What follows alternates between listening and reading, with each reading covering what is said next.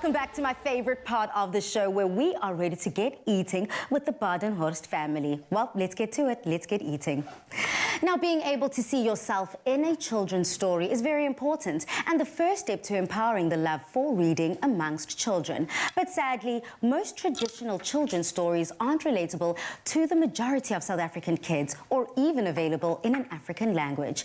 But Cadbury Dairy Milk is changing the game by translating just one word a day into different home languages to help co-author a library full of children's storybooks in a variety of African languages. So today we have the honor of reading one of these stories from what they've published, and you get to read it out in isiXhosa, Dumi. Yes, Palesa, and I hope the Xhosa people will not blast me for this, but I'm giving it a very good attempt.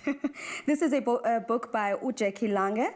It is called Impuku Yelizwe kwakunye nempuku yesiXheko. Impuku yelizwe yaza edolophini ukuza kufumana indondo ezintsha zamehlo. Impuku yesiXheko yahlangana nempuku yelizwe esikhululweni. Wamkelekile mzala, yatsho impuku yesiXheko. Kwakuhle ukukubona, yatsho impuku yelizwe.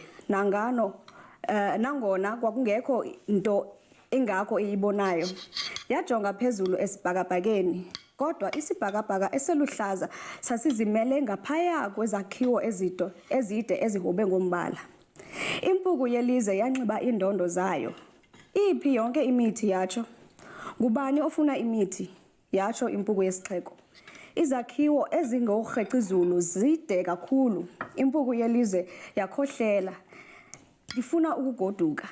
Akukho nto engenza ikeyenzeke kweli lizwe, yatsho impuku yesiXheko.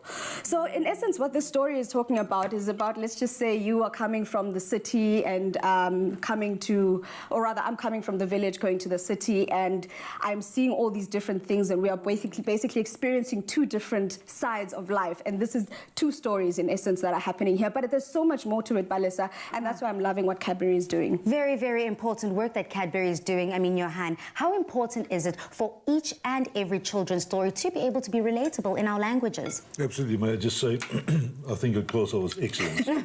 Thank you. No, obviously, and that's also the wonderful thing about traveling Africa is the stories that you get along the way, and many of them, I think a lot of Africa's history is an oral history. And that's the thing that we are searching for as well. Yeah. Obviously difficulty with some language barriers as we go along, especially West Africa where it's mostly French. Yes. As a second language. But in East Africa we get by with a lot of English and so on, a bit of Swahili here and there, a bit of...